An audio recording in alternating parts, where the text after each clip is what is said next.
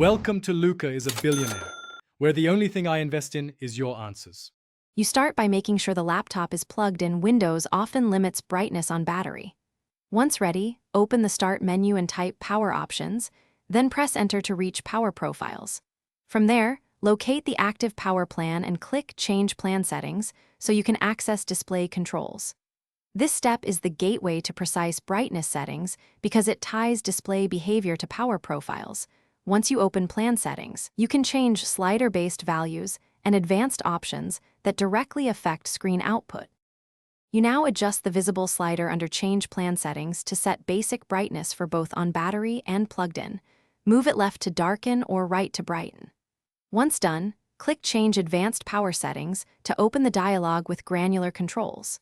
In that dialog, expand the Display section to set adaptive brightness, enable or disable dimming, and configure the turn-off display timeout. These options matter because adaptive features can override your slider, so make sure to align both settings for consistent results.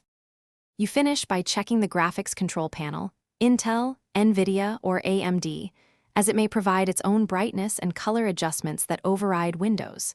Then, if the brightness control didn't work, restart Explorer. EXE or reboot to force settings to apply.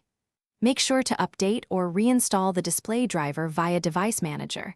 If an update caused the problem, roll back to the previous driver. This troubleshooting step saves time because driver conflicts are the most common reason brightness controls stop.